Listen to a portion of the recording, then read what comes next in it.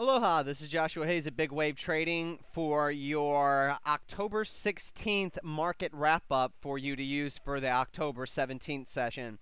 It was a bullish day today, and in fact, it was a bullish day to the point that today was actually follow-through day. The first day was on Friday with the big reversal off the lows. The second day was the big up day on Monday. And after erasing all the gains, we still did not break down to new lows.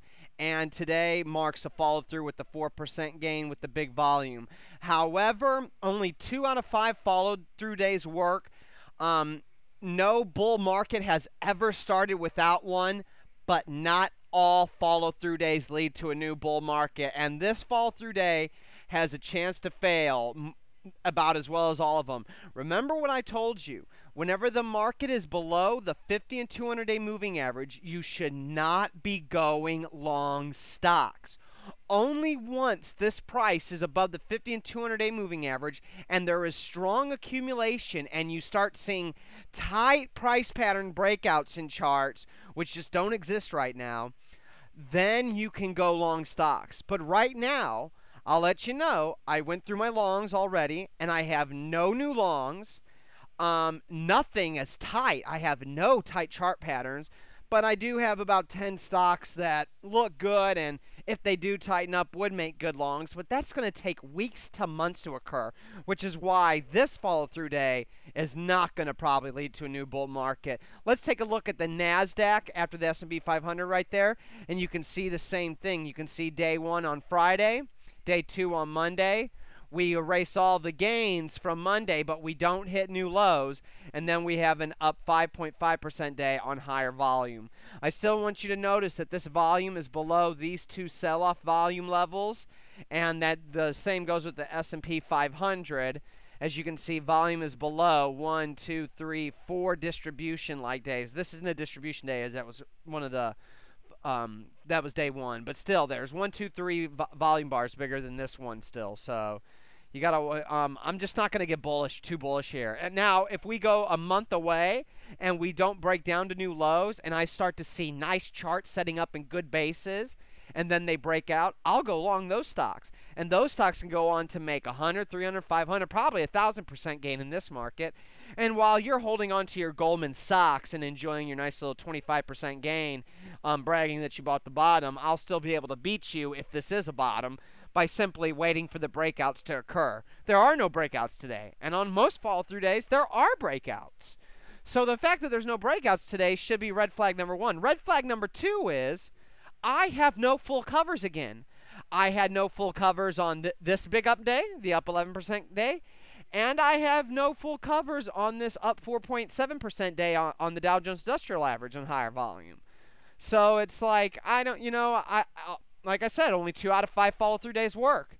So I just don't think that this one's going to work. And I'm not going to get bullish anyway until I see the 50 and 200-day moving average tighten up to each other, and I see price then break out above it. If price breaks out above it, like goes straight up in a V-like shape right now, if the 50-day moving average is still as wide as it is with this 200-day moving average, that's not when you go long stocks. You got to wait till the moving averages tighten up, start to move a little bit upwards, and you got strong accumulation. Then you can get bullish on stocks. Right now, it's way too early. There is no need to nail the bottom. The best longs come long after a fall-through day. Taser came in July. The fall-through day was in March in 2003. And then I had 8 in October of 2003. And most of the stocks showed up in between June and October and November. So they didn't show up in March. I mean, some did, and some showed up in April and May. But they really exploded in June and July. So just remember that. You got time to find the big winners. You don't need to buy the bottom here. There's no reason. What, for bragging rights? Wouldn't it be better off to brag that you called the top in October like I did and you nailed the entire downtrend? You didn't lose any money? I mean, isn't that what the bragging rights should be about? Not about one day, but about the past 12 months? I don't know. People's perception, I think thanks to broadband, speed of light connection and uploads and downloads has really made people crazy, and they really believe things that are just unrealistic now. The big trend is the important thing, And as you can see on a weekly here, it's just a little blip on the radar. Big volume though, but a blip on the radar still. And it just proves that the big trend is the important trend, not the short-term trend. Let's look at the US dollar. Still had an update today, up 0.3%. Notice the tail in it too. So as it moved down, right off the lows, they just decided 82 was where they were going to support it, and they bid it higher off 82 to close to 82.31. Let's look at the NASDAQ 100 and look at the volume there. Follow through day, strong volume, but like I said, so far under the 15-200-day moving average, you can't get bullish. And then I'm going to look at the NASDAQ one more time. Looks good. But I want to show you something that does look bullish. Look at the SPY. Look at the big volume here. You know, that's pretty strong. And on a weekly, that's pretty strong. But notice that you still, from the highs just, you know, earlier this week, it's so far off of it that it actually has a bearish chart pattern right there with the current price being in the lower end of this entire bar range. So let's go on. I want to show you QQQ, as that's the one with the big volume. Look at the volume, bigger than anything before. So this is why I'm starting to think maybe we could rally for a few days to a week to a few weeks. Heck, we could rally for a month. But it don't matter if I don't have any nice charts. If there's no nice charts, there's nothing to go long.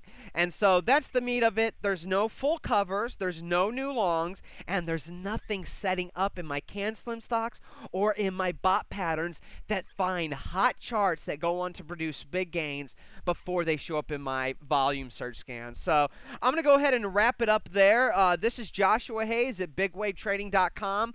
Not much has changed. We do have a follow-through day, but we don't have any proper setups to buy. I read the IBD daily market update at 4 p.m., and they said the exact same thing that I'm saying right now. So this is Joshua Hayes at BigWaveTrading.com. Aloha.